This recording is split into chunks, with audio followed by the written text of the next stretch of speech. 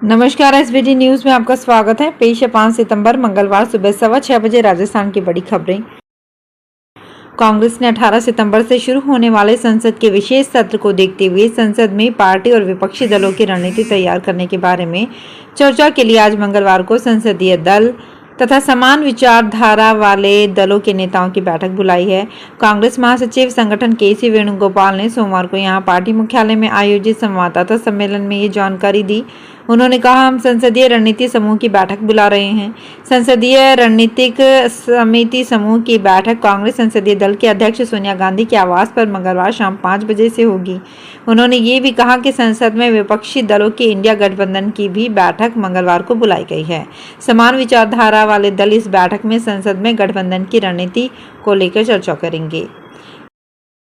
PM Narendra Modi ने 2014 में देश की सत्ता संभालने के बाद से पिछले 9 सालों में एक भी दिन छुट्टी नहीं ली है।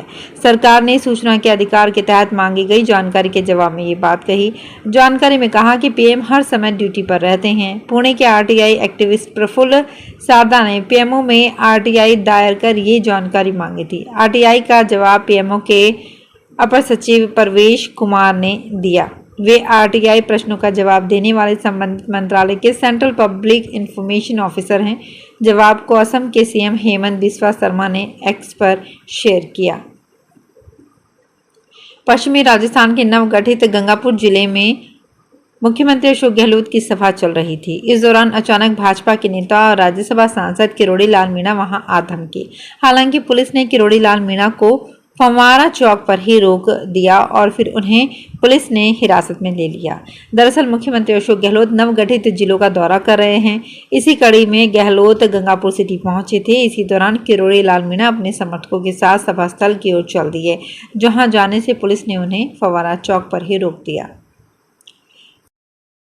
भाजपा ने विधानसभा की चुनाव का पश्चिमी राजस्थान में आगाज कर दिया है।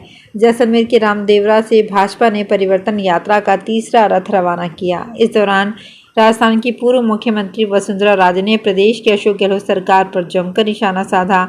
वसुंधरा राजे ने कहा कि राजस्थान में झांसा देकर कांग्रेस सत्ता में काबिज हुई। कांग्रेस ने उंगलियों पर गिन के कह दिया कि 10 दिनों में जो भी कर्ज है वो माफ़ कर देंगे और यहाँ तक कि जनता उनकी बातों में आ भी गई। आज हालात और भी खराब हो गए हैं।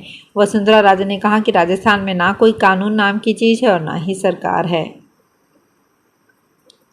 राजस्थान विधानसभा में नेता प्रतिपक्ष और भाजपा के वरिष्ठ नेता राजेंद्र राठौड़ के बेटे पराक्रम सिंह राठौड़ प्रदेश अध्यक्ष बन गए हैं। हालांकि वे किसी राजनीतिक दल या किसी मोर्चे के नहीं बल्कि यूथ हॉस्टल ऑफ इंडिया की राजस्थान स्टेट इकाई के प्रदेश अध्यक्ष बने हैं।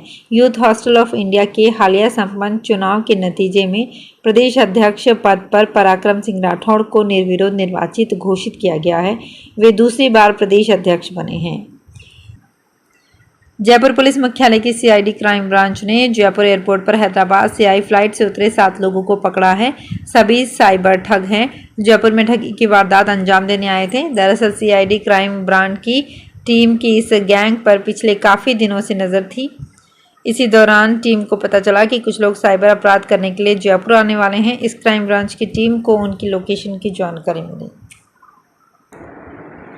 केंद्रीय रेल मंत्री अश्विनी वैष्णव सोमवार को बिना किसी पूर्व सूचना के चित्तौड़गढ़ रेलवे स्टेशन पर पहुंची। आनन फानन में रेलवे के अधिकारी स्टेशन पर अलर्ट हो गए। इसके अलावा पुलिस लाइन से भी अतिरिक्त जाब्ता बुलाकर प्लेटफॉर्म पर तैनात किया गया।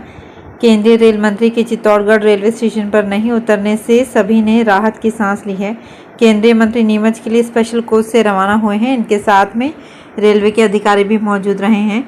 बताया जा रहा है कि वे उदयपुर से नीमच सीधे सड़क मार्ग से जाने वाले थे, लेकिन अचानक उन्होंने प्लान कैंसिल करते हुए ट्रेन से चित्तौड़गढ़ जाने का निर्णय लिया।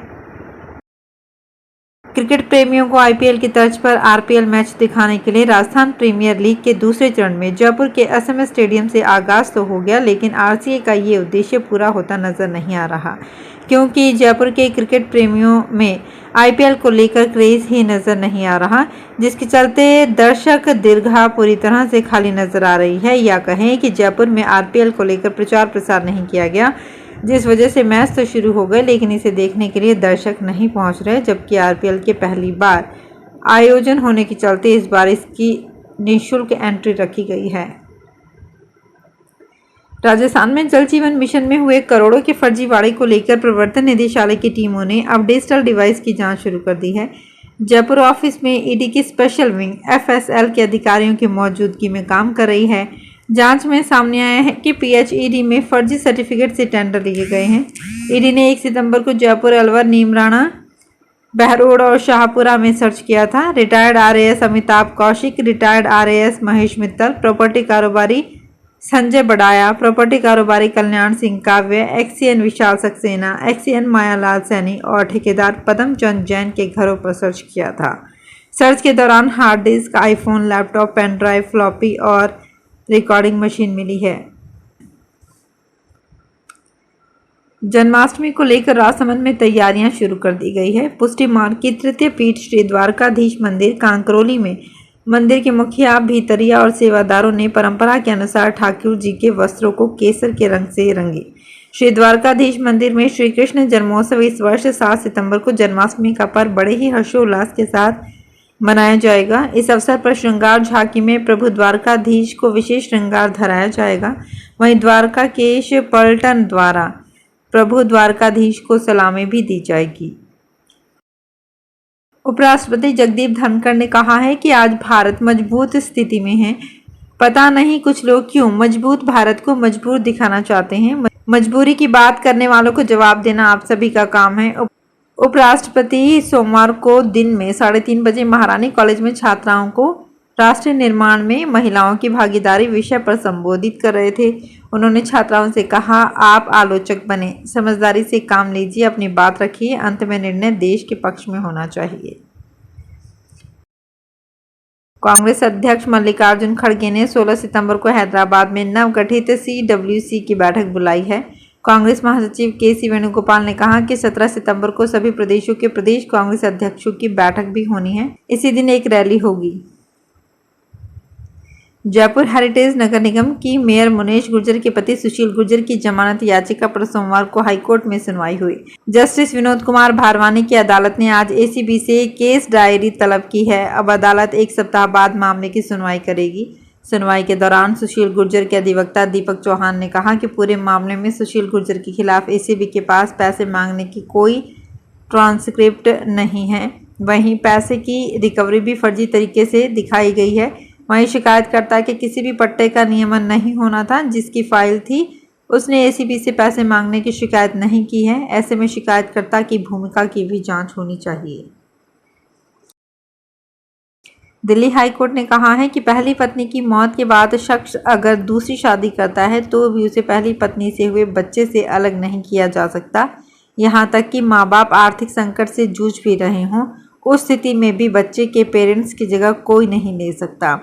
कोर्ट ने सोमवार को एक मामले में पिता को बेटे से मिलने की अनुमति देते हुए ये कमेंट किया। राजस्थान सरकार प्रदेश के राजकीय विद्यालयों में अंग्रेजी शिक्षा को सुदृढ़ करने के महत्वपूर्ण निर्णय ले रही है। इसी क्रम में मुख्यमंत्री अशोक गहलोत ने विविध श्रेणी के 131 राजकीय विद्यालयों को महात्मा गांधी राजकीय अंग्रेजी माध्यम विद्यालयों में रूपांतरित करने की स्वीकृति प्रदान की है। गहलोत की स्वीकृति से प्राथमिक स्तर के 42, उच्च प्राथमिक स्तर के 56 एवं उच्च माध्यमिक स्तर के 33 विद्यालयों को अंग्रेजी माध्यम विद्यालयों में रूपांतरित किया जाएगा। इसमें 8 बालिका विद्यालय भी शामिल हैं। तो फिलहाल इस बुलेटिन में इतना ही। फिर हाजिर होंगे कुछ और बड़ी खबरों के साथ।